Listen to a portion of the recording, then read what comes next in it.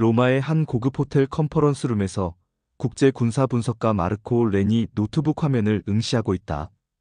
그의 눈빛에는 놀라움과 감탄이 교차한다. 화면에는 K9 썬더 자주포, 베트남 첫 수출 계약 체결이라는 헤드라인이 크게 떠 있다. 20년간 세계 군사 무기 트렌드를 분석해온 그에게도 이는 예상치 못한 뉴스였다. 한국이 또다시 세계 방산 시장에 새로운 역사를 쓰고 있는 것이다. 마르코는 천천히 고개를 들어 카메라를 바라본다. 안녕하세요. 저는 국제군사 분석가 마르코 렌입니다. 오늘 여러분께 정말 놀라운 소식을 전해드리고 싶어서 이 영상을 준비했습니다. 바로 어제 제가 참석한 국제방위산업 컨퍼런스에서 충격적인 발표를 들었습니다. 한국의 K9 썬더 자주포가 베트남에 처음으로 수출된다는 소식이었죠. 여러분도 아시겠지만 베트남은 전통적으로 러시아와 중국의 무기체계에 의존해왔습니다. 하지만 이번 결정은 완전히 다른 방향을 보여주고 있어요. 제가 지난 20년간 군사 분석가로 활동하면서 본 것 중에서도 가장 의미 있는 변화라고 할 수 있습니다. 한국 기술이 이제 동남아시아까지 진출한다니. 솔직히 처음 이 소식을 들었을 때는 믿기지 않았어요. 하지만 자료를 자세히 분석해보니 이는 단순한 무기 거래가 아닌 지정학적 패러다임의 변화를 의미하는 것이었습니다. 베트남이 서방 무기 체계로의 전환을 시작한 첫 번째 신호탄인 셈이죠. 이 계약이 성사되기까지는 수많은 정치적, 기술적 검토가 있었을 것입니다. 베트남 군부는 왜 전통적인 파트너 대신 한국을 선택했을까요? 그리고 K9은 어떤 특별한 능력을 가지고 있길래 이런 역사적 계약을 성사시킬 수 있었을까요? 오늘 저와 함께 그 비밀을 파헤쳐 보시죠. 먼저 K9 썬더가 얼마나 뛰어난 무기체계인지부터 말씀드리겠습니다. 이 자주포는 단순히 좋은 수준이 아니라 세계 최고 수준의 성능을 자랑합니다. 제가 직접 확인한 데이터에 따르면 K9은 현재 세계 자주포 시장의 약 50% 가까운 점유율을 차지하고 있어요. 이게 얼마나 놀라운 수치인지 아시나요? K9의 핵심 스펙을 보면 그 이유를 알 수 있습니다. 사거리 40km, 분당 최대 6발 발사 능력, 그리고 가장 중요한 것은 155NATO 표준 탄약과 완벽하게 호환된다는 점입니다. 이는 미국, 독일, 프랑스 등 서방 주요국의 포탄을 모두 사용할 수 있다는 의미죠. 하지만 진짜 놀라운 것은 기동성입니다. K9은 자주포임에도 불구하고 시속 67km의 속도로 이동할 수 있어요. 전장에서 포격 후 즉시 진지를 이탈할 수 있는 슈트, 언드스쿠트 전술이 완벽하게 구현된 것입니다. 적의 대포 레이더가 위치를 탐지하기 전에 이미 다른 곳으로 이동해버리는 거죠. 또한 K9은 완전 자동화된 장전 시스템을 갖추고 있어 승무원의 피로도를 크게 줄였습니다. 기존 견인포와 달리 별도의 운송 장비나 인력이 필요 없어 작전 효율성이 획기적으로 향상됐어요. 이런 기술력이 바탕이 되어 현재까지 튀르키예, 폴란드, 핀란드, 노르웨이, 에스토니아, 인도, 이집트, 호주 등 8개국이 K9을 도입했습니다. 특히 우크라이나 전쟁에서 폴란드가 운용 중인 K9의 뛰어난 성능이 입증되면서 전 세계 군사 전문가들의 주목을 받고 있어요. 그렇다면 베트남은 왜 이런 선택을 했을까요? 이를 이해하려면 먼저 베트남의 지정학적 상황을 봐야 합니다. 베트남은 중국과 1347km의 육상 국경을 맞대고 있고 남중국해에서는 영토 분쟁까지 벌이고 있어요. 최근 중국의 군사력 증강과 공격적 해양 진출로 인해 베트남은 심각한 안보 위협을 느끼고 있습니다. 전통적으로 베트남은 구소련 시절부터 러시아제 무기에 의존해왔어요. 하지만 러시아-우크라이나 전쟁 이후 러시아의 무기 공급 능력이 크게 제약받고 있습니다. 게다가 중국과의 관계도 복잡해지면서 베트남은 새로운 무기 공급처를 찾아야 하는 상황에 놓였죠. 이런 상황에서 K9은 베트남에게 완벽한 솔루션을 제공했습니다. 첫째, 성능 면에서 러시아의 ES-19 무스타나 중국의 PLG-5보다 확실히 우수해요. 둘째, 한국은 정치적으로 중립적이면서도 기술적으로는 서방 표준을 따르고 있습니다. 셋째, 가격 경쟁력도 독일이나 미국 제품에 비해 훨씬 유리하죠. 베트남 군부는 특히 K9의 기동성과 정확성에 주목했습니다. 베트남 북부의 험준한 산악 지형에서도 신속하게 배치할 수 있고 정밀 타격으로 최소한의 부대 손실로 최대 효과를 낼 수 있거든요. 또한 NATO 표준 탄약 사용으로 향후 서방 무기 체계와의 연동성도 확보할 수 있어요. 이번 계약은 베트남이 서방 무기 체계로의 전환을 시작하는 신호탄이라고 볼 수 있습니다. 한국이라는 중간자 역할을 통해 급진적이지 않으면서도 확실한 군 현대화를 추진하는 현명한 전략이죠. 저는 군사 분석가로서 많은 나라의 무기 기술을 봐왔지만 한국의 성장 속도는 정말 경이롭습니다. 불과 30년 전만 해도 한국은 미국이나 독일에서 기술을 도입하는 나라였어요. 그런데 지금은 오히려 선진국들이 한국 기술을 배우려고 하고 있습니다. K9의 개발 과정을 보면 한국 기술자들의 혁신 정신을 엿볼 수 있어요. 하나 시스템의 엔지니어들은 단순히 기존 자주포를 모방하는 게 아니라 완전히 새로운 개념으로 접근했습니다. 자동장전 시스템, 디지털 사격 통제 장치, 그리고 모듈형 장갑 시스템까지 모든 것을 새롭게 설계했어요. 특히 인상적인 것은 소프트웨어 기술입니다.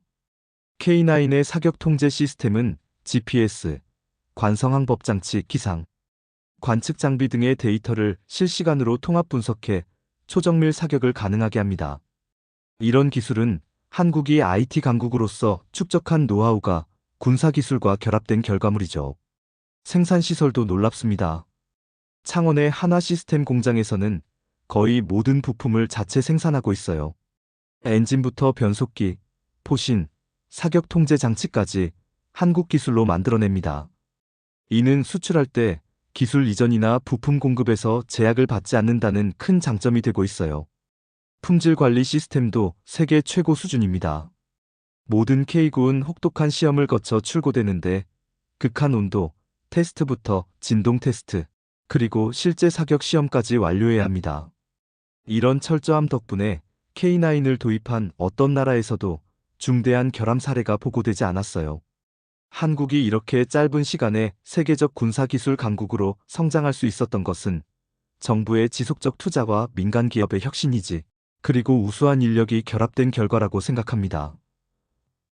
이번 베트남 수출이 특별히 주목받는 이유는 K9이 공산주의 국가에 처음으로 수출되는 사례이기 때문입니다. 지금까지 K9을 도입한 모든 국가들은 민주주의 체제나 NATO 회원국 또는 서방 우방국이었어요. 베트남은 여전히 공산당 일당 체제를 유지하고 있는 나라입니다. 이는 한국 방산 기술이 이데올로기의 장벽을 넘어선다는 의미입니다. 냉전 시대였다면 상상할 수 없는 일이죠.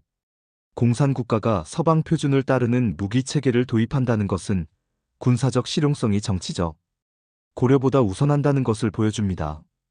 베트남 입장에서도 쉽지 않은 결정이었을 겁니다.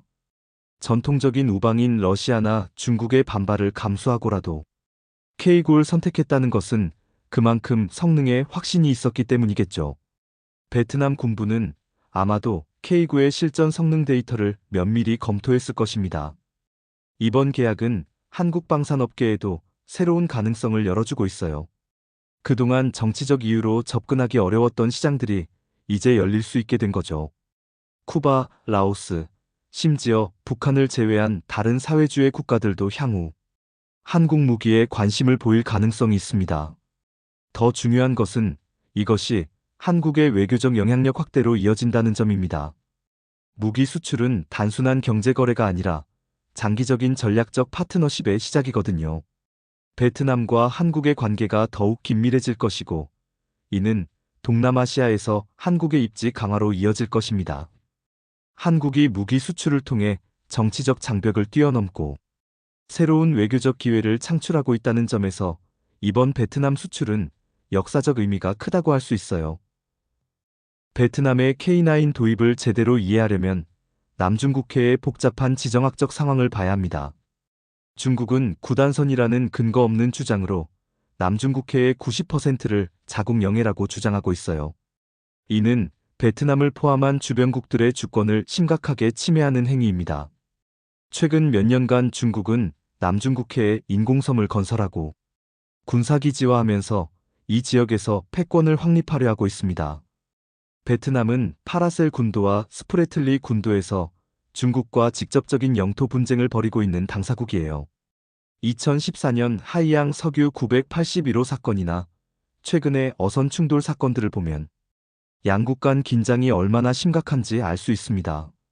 이런 상황에서 K9은 베트남의 대중국 억제력 강화에 핵심적 역할을 할 것으로 예상됩니다. K9은 해안포 역할도 수행할 수 있어 중국 해군의 근접을 저지하는 데 효과적이에요. 40km의 사거리로 연안 해역을 완전히 통제할 수 있거든요. 더 중요한 것은 K9의 기동성입니다. 중국이 대만 침공이나 남중국해 무력 점령을 시도할 경우 베트남은 K9을 이용해 신속한 기동작전을 펼칠 수 있어요. 산악지형이 많은 베트남 북부에서 게릴라식 포격작전을 전개하면 중국군에게 상당한 부담을 줄 수 있습니다. 한국의 입장에서도 이번 수출은 전략적 의미가 큽니다. 한국은 중국의 군사적 팽창을 견제하면서도 직접적인 대립은 피하려는 균형 외교를 펼치고 있어요. 베트남에 K9을 수출함으로써 간접적으로 중국을 견제하면서도 동시에 동남아시아에서 한국의 영향력을 확대할 수 있게 된 거죠. 이번 계약으로 인해 동북아시아와 동남아시아의 안보 균형에도 변화가 있을 것으로 보입니다. 중국의 일방적 우위가 점차 약화되고 한국을 중심으로 한 새로운 안보 네트워크가 형성될 가능성이 높아요. 현재 K9을 운용하고 있는 국가들을 살펴보면 한국 방산 기술의 글로벌 영향력을 실감할 수 있어요.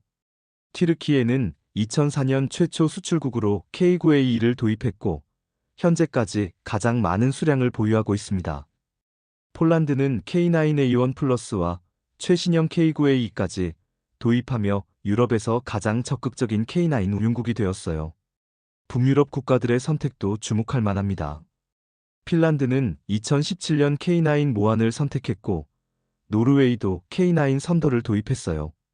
특히 핀란드는 러시아와 1340km의 국경을 맞대고 있는 나라인데 러시아제가 아닌 한국제 자주포를 선택했다는 것이 의미하는 바가 큽니다. 에스토니아 역시 발트해 연안에서 K9으로 억제력을 강화하고 있어요. 아시아 지역에서도 K9의 인기가 높습니다. 인도는 세계 최대 규모인 100문 이상의 K9 바즈라를 운용하고 있고 호주는 K9 헌츠맨이라는 이름으로 30문을 도입했어요. 이집트도 중동 지역 최초로 K9을 선택했습니다. 최근에는 동유럽 국가들의 관심이 급증하고 있어요. 우크라이나 전쟁을 통해 K9의 우수한 성능이 입증되면서 체코, 슬로바키아, 루마니아 등도 도입을 검토하고 있습니다. 특히 체코는 이미 구매 의향서에 서명했고 최대 152문까지 도입할 계획이라고 합니다. 이런 성과의 배경에는 한국의 체계적인 마케팅 전략이 있어요. 한국 정부와 방산업체들은 단순히 무기만 파는 게 아니라 기술 이전, 현지 생산, 공동 개발 등 패키지 딜을 제안하고 있습니다. 폴란드의 경우 K9뿐만 아니라 K2 전차, FA50 경공격기까지 포함한 종합방산 패키지를 체결했어요. 품질 관리와 애프터 서비스도 한국 방산의 강점입니다. 하나 시스템은 전 세계 K9 운용국에 기술 지원팀을 파견하고 있고 24시간 기술 상담 서비스를 제공하고 있어요. 이런 서비스는 유럽이나 미국 업체들도 쉽게 따라하기 어려운 경쟁 우위입니다. 이제 베트남까지 합류하면서 K9 패밀리는 더욱 확대될 전망입니다. 한국의 방산 기술이 전 세계적으로 인정받고 있다는 증거이자 우리나라가 명실공히 세계 5대 방산 강국으로 자리매김했다는 의미라고 할 수 있어요. 지금까지 K9 썬더의 베트남 수출에 대해 자세히 분석해드렸습니다. 저는 20년간 군사 분석가로 활동하면서 수많은 무기 거래를 봐왔지만 이번 베트남 계약만큼 상징적 의미가 큰 사례는 드물다고 생각해요.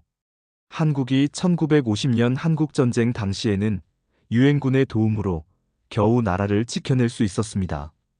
그런데 불과 70년 만에 세계 최고 수준의 무기를 개발해 다른 나라의 안보에 기여하고 있다니 정말 감격스러운 일이 아닐 수 없어요. 특히 이번 베트남 수출은 여러 면에서 의미가 깊습니다. 첫째, 한국 기술이 이념의 장벽을 뛰어넘어 인정받았다는 점. 둘째, 동남아시아 시장 진출에 교두보를 마련했다는 점. 셋째, 중국의 군사적 팽창에 대한 간접적 견제 효과를 가져온다는 점입니다. K9의 성공은 단순히 한무기 체계의 성공이 아닙니다. 한국의 기술력, 품질 관리, 서비스 정신이 결합된 종합적 성과예요. 특히 한화 시스템을 비롯한 한국 방산업체들이 고객 맞춤형 솔루션을 제공하며 단순한 판매자가 아닌 파트너로서 접근하고 있다는 점이 큰 차별화 요소라고 봅니다. 앞으로도 K9은 계속 진화할 것입니다. 인공지능 기술이 접목된 차세대 K9, 더 긴 사거리를 가진 확장형 K9, 그리고 네트워크 중심 전투에 최적화된 스마트 K9까지 한국 기술자들의 혁신은 멈추지 않을 것이에요. 베트남을 시작으로 라오스, 캄보디아, 미얀마 등 동남아시아 전체로 한국 방산 기술이 확산될 가능성도 높습니다. 이는 곧 이 지역에서 한국의 영향력 확대로 이어질 것이고요. 한국의 기술, 이제 세계가 주목합니다. 특히 시니어 여러분들께서는 이런 성과를 보며 얼마나 자랑스러우실지 짐작이 갑니다. 여러분이 일궈낸 한강의 기적이 이제 한국 방산의 기적으로 이어지고 있어요. 앞으로도 한국이 세계 평화와 안정에 기여하는 기술 강국으로 발전해 나가길 기대해 봅니다. 시청해 주셔서 감사합니다.